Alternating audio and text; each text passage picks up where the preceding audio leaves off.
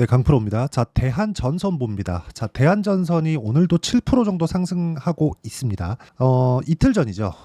화요일 날 시장을 보면 5% 정도 떨어져서 끝났어요. 자, 이런 상황이 일단 나온 건 단기간에 많이 올랐기 때문에 그렇습니다. 단기간에 많이 올랐을 때는 어느 정도의 조정 구간을 맞아야 하는 게 정상입니다. 이걸 나쁘게 보시면 안 돼요. 그리고 나서 추가적인 상승이 나오는데 그 추가적인 상승이 나오는 이유는 이런 내용 때문에 그렇습니다. 자, 내용 한번 보시면 한물 간 줄 알았는데 터빈, 변압기, 전선 이 산업이 뜬다. 자, 내용 보시면요. 그쵸? 인공지능, 서버, 전기차 폭증하는 전력 수요가 세계적으로 전력 산업 생태계의 호황으로 이어지고 있다. 전력 부족 사태가 한 30년, 40년 정도 동안 없었습니다. 물론 일부 국가에선 있었지만 일반적으로 주식 시장에 영향을 미치는 국가들을 대상으로는 전력 부족 사태가 사실상 나오기가 어려운 그런 구조였죠. 근데 이번에 이 서버가 대폭 증설하면서 어떤 부분이 발생했죠? 전기 부족 사태가 벌어졌습니다. 자, 그래서 구리 가격 폭등, 그리고 전선, 변압기 이쪽에 대한 시세가 굉장히 큰 폭으로 진행이 되고 있어요. 이 구조가 왜 이렇게 되는지를 내가 이해할 필요가 있습니다. 그리고 이 구조에 대해서 이해를 했을 때 꾸준하게 수익을 볼 수 있는 상황이 있을 거예요. 그런데 여기서 한 가지 중요하게 생각하셔야 되는 건 어떤 종목이든 강세 구간에 있을 때는 어떤 이유, 호재 이런 것보다 더 중요한 게 가격이 먼저 반영한다. 근데 가격이 반영하는 첫 번째 내용에 대해서 알려면 첫 번째 정배열 구간으로 전환하는 그 첫 번째 상황이 있어야 된다는 걸 내가 알고 있어야 되고, 그리고 나서 그 다음번에 오는 게 신고가 구간에 대한 부분입니다. 신고가를 거쳤을 때는 무조건 조정 구간을 거쳐가게 되어 있어요. 자, 대한전선 같은 경우에도 마찬가지입니다. 내용 보시면 정배열 구간으로 만들어 놓은 게 2월과 3월 달입니다. 그러면 2월과 3월 달에 먼저 강세를 보였었던 같은 종목군들이 있겠죠. 예를 들어서 뭐 일진전기, 재룡전기 이런 종목군들이에요. 자, 내용 보세요. 대한전선은 여기 그쵸? 정배열 전환하는 시점에 일진전기 그리고 재룡전기 다른 종목들도 있습니다. 이런 종목군들은 뭐가 나왔어요? 신고가를 달성을 했다. 그러니까 추가적인 상승세가 더 빨리 나오는 겁니다. 근데 워낙에 호황 국면으로 이어지고 있다 보니까 어떤 부분이 발생했습니까? 관련돼 있는 종목군들의 그쵸? 부족하니까 계속해서 찾는 거예요. 그럼 물량을 댈 수 있는 쪽을 계속해서 찾다 보니까 관련돼 있는 후발주들도 발생하게 되는 겁니다. 이 구조는 절대 잊으시면 안 돼요. 근데 이 구조에 대해서 내가 알려면 전방 쪽에서 그쵸? 예를 들어서 최근에 HBM이라는 반도체 수요가 굉장히 큰 폭으로 증가하고 있다는 내용을 다들 들어보셨을 텐데, HBM이 증가하는 부분은 AI 반도체에 대한 수요가 늘어났기 때문이고, AI 반도체는 엔비디아에서 만듭니다. 그러면 엔비디아에서 만들게 되면 이게 서버단으로 이어지고 서버단에 대한 주가도 폭등 구간을 만들어내게 되죠. 근데 이게 더 웃긴 게요. 이번에는 금리가 인하할 수 있다는 내용이 시장에 퍼지면서 미증시가 상승을 했는데 금리가 높았을 때도 그쵸? 인하를 안 할 수도 있어. 이렇게 내용이 나왔을 때도 반도체가 강했는데 인하를 할 거야. 이런 내용이 나와서도 반도체가 강합니다. 그러면 우리는 이걸 보고 뭘 느낄 수 있나요? 강한 놈이 더 강하구나. 그럼 강한 걸 사야 되잖아요. 근데 그 중에서 대한전선은 강한 놈입니다. 어디까지 갔어요? 신고가를 만들어냈다. 그래서 오늘 핵심 사항은 전기, 전선, 구리 이쪽으로 인해서 주가가 어디까지 올라갈까 이것보다 어느 시점부터 우리가 잡아야 될까 그 내용에 대해서 이야기를 드릴 거예요. 자, 내용 보시면 그렇습니다. 내가 매매하는 구간에서 철저하게 내용을 이해했을 때 꾸준하게 수익 구간을 만들어낼 수 있는데 그 내용에 대한 핵심 사항이 신고가 구간이라는 거고, 캠트로닉스 보세요. 오늘 25% 정도 상한가 부근에서 계속해서 등락을 보여주고 있는 상황인데도 신고가 이후의 시세가 발생했다는 점, 제가 4월 달에도 5월 달에도 꾸준하게 수익 구간을 만들어냈고 매수를 이어오고 있는 결과 오늘 상한가 구간까지 달렸습니다. 그리고 이 내용에 대한 부분은 제가 여기 소통방에서 모두 공유하고 있습니다. 여기 정확하게 캠트로닉스 8시 46분 시장가 매수 장 시작 전에 공유를 해드렸고요. 신고가 종목만을 매매를 하는 이유에 대해서 제가 이야기를 드렸고, 그리고 소통방에서는 신고가 종목만 가지고 매매를 하기 때문에 신고가 종목군에서 그쵸? 전체적인 내용을 다루고 있다고 보시면 되고, 무엇보다 신고가 구간에서 이런 시세가 발생한다는 점, 그런 과정 중에서 단기 이평선, 예를 들어서 5일과 21선, 20일과 61선 여기까지 딱 봤을 때 정배열 구간을 지속적으로 만들어가고 있다는 점, 그쵸? 이런 내용들이 중요한 거예요. 이랬을 때 오늘 상한가 구간에 들어갔다. 자, 다른 종목도 마찬가지입니다. 쭉 올려보면 그쵸? KBI 메탈 여기 보시면요. KBI 메탈 같은 경우에 제가 오늘 KBI 메탈은 매도를 했습니다. 자, 여기 보시면 KBI 메탈도 오늘 또 매수를 했습니다. 그런데 강세 구간에 그쵸? 계속해서 매매를 이어오고 있다는 점. 그런데 그 전에 그쵸? 5월 초에 보면 매도를 하면서 14%의 수익을 냈는데도 불구하고 추가적으로 제가 계속해서 상황을 만들어가고 있다는 점, 그리고 이런 부분을 소통방에서 이어가고 있다는 점, 매매하는 과정에서 내가 어떤 식으로 매매가 이어져야 될지, 그리고 가격대를 잘 못 잡겠다 하시는 분들은요, 소통방으로 들어오시면 되고요. 소통방은 무료로 진행합니다. 자, 그래서 구독과 좋아요 눌러주시고요. 상단에 있는 전화번호로 구독 또는 10억이라고 문자 보내주시면 소통방 입장 링크를 순차적으로 보내드리겠습니다. 여기서 당연히 대한전선에 대한 타점도 함께 다루게 되고요.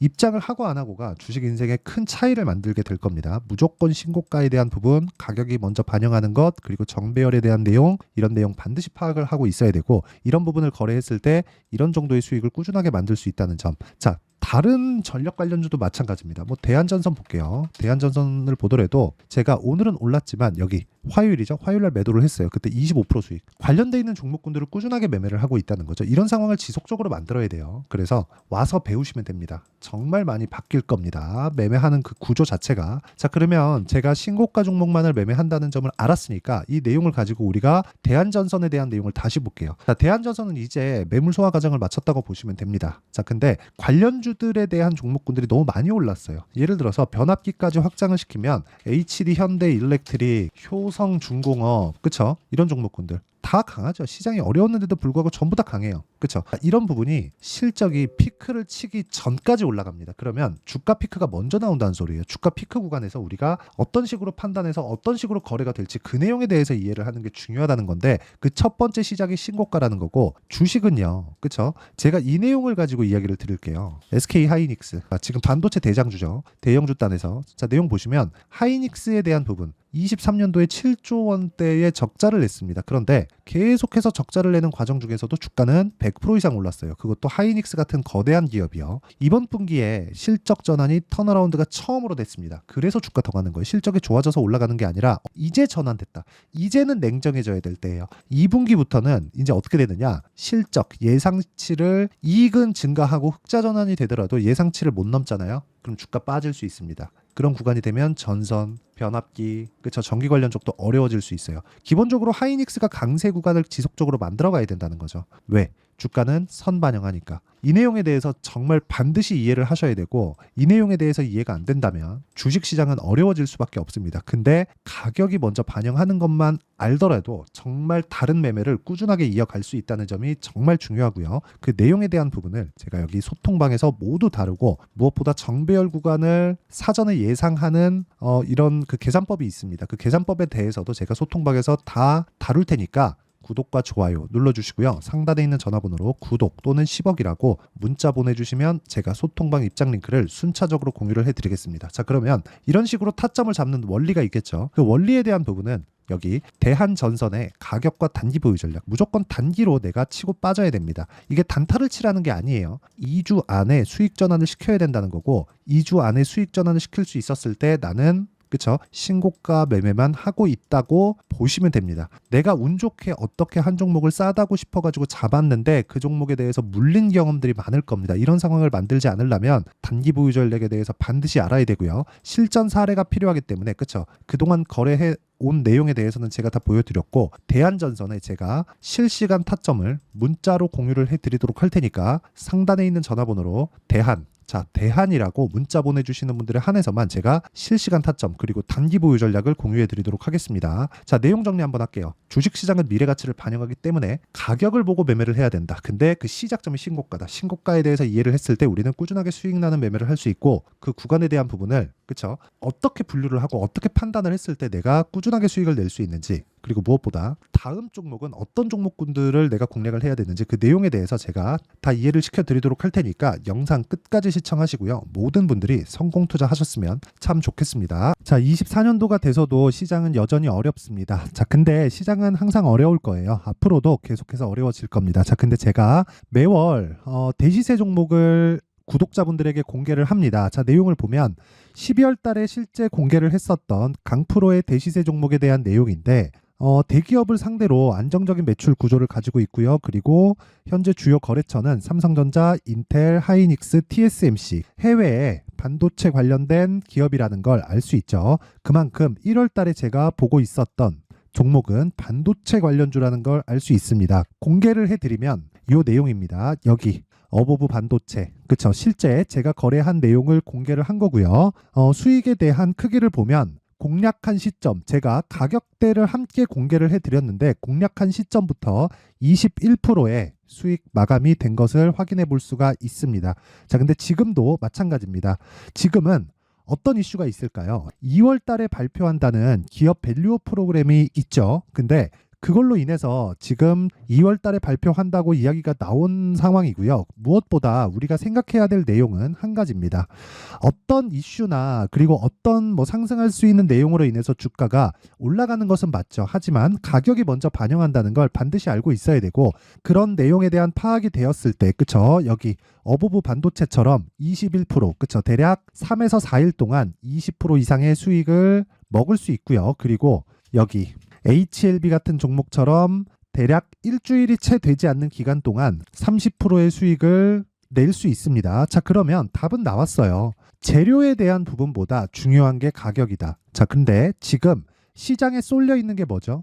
2월 달에 발표하는 기업 밸류업 프로그램에 대한 내용이죠. 자, 그러면 우리가 이쪽에다가 지금 집중을 해야 될까요? 그 내용을 한번 보겠습니다. 기아차의 차트를 보면요. 1월 24일 날 정부단에서 입김을 불어넣은 이후에 시세가 강하게 발생한 것처럼 보이지만 애초에 12월 달부터 신고가를 달성했다는 걸 확인할 수 있습니다. 자, 그러면 우리가 스케줄을 따져봤을 때 우리가 어디를 봐야 될까요? 4월 달 총선을 봐야 됩니다. 드디어 때가 온 거죠. 4월 달 총선이 끝나면 그 뒤엔 뭐가 있죠? 대선 전국으로 들어갑니다. 그러면 우리는 4월 달 총선부터 시작해서 대선까지 이어질 수 있는 종목을 찾는 게 정말 중요합니다. 그게 정부 정책의 방향과 그리고 스케줄에 맞춰서 가는 거예요. 정치적인 상황에 따라서 주가가 움직이는 걸 우리는 수도 없이 많이 봐왔기 때문에 스케줄에 맞춰서 가는 게 지금으로서는 답이 될 수 있습니다. 그리고 무엇보다 어느 정도의 시세를 내는지 그 첫 번째 단계인 상황을, 그쵸? 제가 12월 달 밝혀드렸었던 대시세 종목으로 이미 공개를 해드렸기 때문에, 그쵸? 어떻게 제가 매매를 했는지까지 다 보여드렸습니다. HLB처럼, 그쵸? 31.9% 걸린 시간은 4일밖에 되지 않죠. 이 종목을 제가 가격과 그리고 어떤 종목인지를 애초에 12월 달부터 공개를 한 겁니다. 자, 그러면 지금도 마찬가지예요. 앞서서 제가 말씀드렸었던 23년도에 했었던 여러 가지 종목들이 있죠. 한미반도체 같은 종목들도 여기 소통방에서 모두 공개를 해서 실제로 10,000원부터 60,000원까지 상승한 내역이 있고요. 왜 공략을 했는지를 제가 다 공개를 해드렸습니다. 근데 지금도 마찬가지라는 거죠.